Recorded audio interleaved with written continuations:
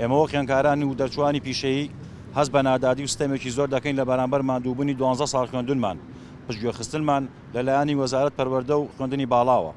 بۆیە لێرەوە ڕای دەگەێنین بەو زانست و پەروەردەیی فێرکراوین بە شێوازێکی مەدەنی و یاسایی داوای مافی خۆمان بکەین، چیتر پیشەیەکان نەبنە قوربانی و ڕەنجی چەند ساڵی خوێندنمان بە فیڕۆ نەچێت و ئاوڕی جدی لە داواکاریەکانمان بدەنەوە و هەڵوێستەی لەسەر بکەن، چونکە بەدیدی ئێمە و زانستخوازان هیچمان کەمتر نییە لە خوێندکارانی زانستی و وێژەیەکان، بەڵام لە واقعدا جیاوازەکە هێندە زۆرە و لێک دوورخراوینەتەوە ناچاری کردین بێنە سەر شەقام و داوای مافی خۆمان بکەین. بۆیە لە ڕاستیدا هیچمان کەمتر نییە لەوان لە کاتێکدا هەموو بەشەکانی زانکۆ پەیمانگا کراوەیە بۆ ئەوان، بەڵام بۆ پیشەیەکان لە پەنجەکانی دەستێک تێناپەڕێت. ئەمەش دەبێتە لە باربردنی ئارەزوی خوێندکار و لە گۆڕنانی خەونەکانی.